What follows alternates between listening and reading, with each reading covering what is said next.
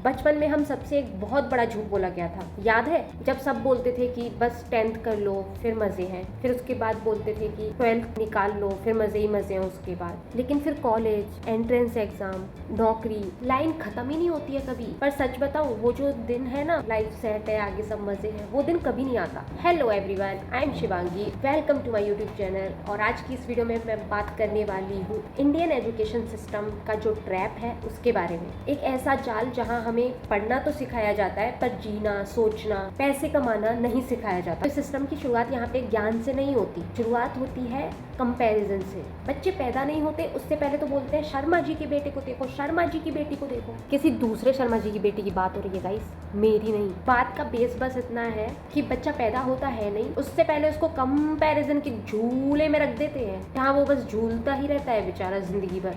हमारा पूरा education system एक रेस पर टिका है। वो 3 इडियट का वायरस का डायलॉग याद है? Remember life is a race. अगर तेज नहीं भागोगे तो कोई तुम्हें कुचल के आगे निकल जाएगा।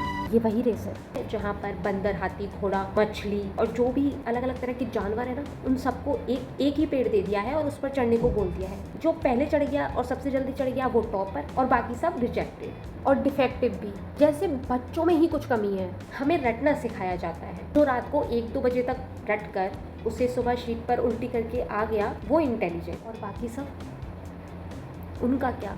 अब मैं इसे ट्रैप क्यों कह रही हूँ? क्योंकि ये एक सिस्टम है जो हमें सिखाता है कि बस मशीन की तरह काम करो और फॉलो करो, बस आंसर वही लिखो जो बुक में है। कई टीचर तो ऐसे भी बोलते हैं कि डिट्टो बुक की लाइन सुनाओ वाइवा में। और जैसे ही फिर हम कॉलेज से बाहर पैर रखते हैं तो फिर वो गवर्नमेंट एग्ज़ाम के लिए जो एंट्रेंस एग्ज़ाम होते हैं उनकी एक लंबी लिस्ट तैयार रहती है। और इस ट्रैप का सबसे कड़वा हिस्सा पता है क्या? द गिल्ट, जो उस स्टूडेंट के माथे पर चिपका दिया जाता है। तो जब एक मिडिल क्लास स्टूडेंट उस एग्ज़ाम को क्लियर नहीं कर पाता या फिर उसके मार्क्स कम आ जाते हैं, तो वो सिर्फ एक एग्ज़ाम में ही फेल नहीं होता, वो अपने पेरेंट्स के सेक्रीफाइसेस, उनके पैसे और अपनी खुद की नज़रों में फेल हो जाता है। क्योंकि उसे लगता है कि अगर उसके मार्क्स कम आए हैं या वो कोई एग्ज़ाम क्लियर नहीं कर पाया है तो उसकी कोई वैल्यू ही नहीं है। तो बेसिकली इस सिस्टम का जो काम है वो ये है कि इस प्रोसेस में बच्चे का कॉन्फिडेंस कैसे साफ हो जाए। तो अगर अभी तुम ऐसे किसी फेज से गुजर रहे हो तो मेरी बात ध्यान से सुनो कि ये जो तुम्हारा रिपोर्ट कार्ड है